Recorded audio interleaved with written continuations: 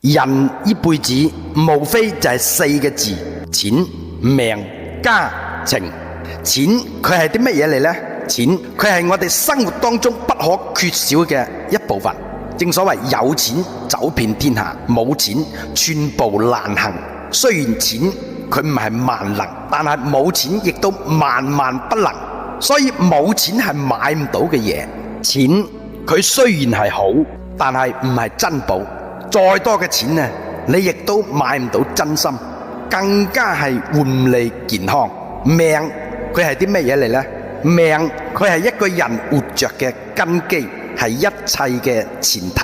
正所謂萬般皆是命，半點不由人。其實人嘅一生求唔嚟壽，爭亦都爭唔過命。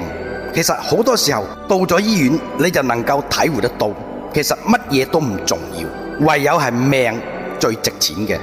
如果冇咗生命，響個世界係同我哋無關，亦都冇機會去享受。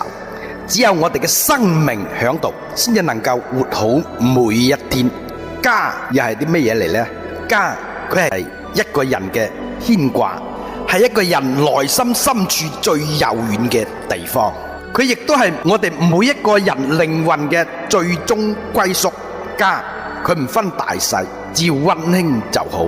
家亦都唔分貧富，只要和諧就得啦。所以人一世其實家庭和睦，父母安康，夫妻和美，子女懂事，呢啲就係最大嘅幸福。咁情又係啲咩嘢嚟呢？情佢係一種感受，情佢係一份體會。正所謂親情、友情、愛情，都係我哋呢一輩子需要好好咁珍惜嘅緣分。正所謂剪不斷嘅係親情，少不了嘅係友情，放低嘅呢就係愛情。所以冇咗感情，其實人同人之間就只有冷漠，心同心之間只有疏遠。無論係邊一種感情，珍惜先至係最好嘅相處。所以我哋人呢一輩子都係為咗錢而忙碌奔波，為咗命小心呵護，為咗家努力奮鬥，為咗情付出全部。其實有幾多人係為咗錢捱壞咗身體？有幾多人係為咗情傷心痛苦？有啲人總係不甘心與人攀比，總係唔知足，拼命咁去追求最好嘅，而錯過咗同埋失去所擁有嘅。其實人生短暫，生命無常，所以我哋係唔需要追求太多。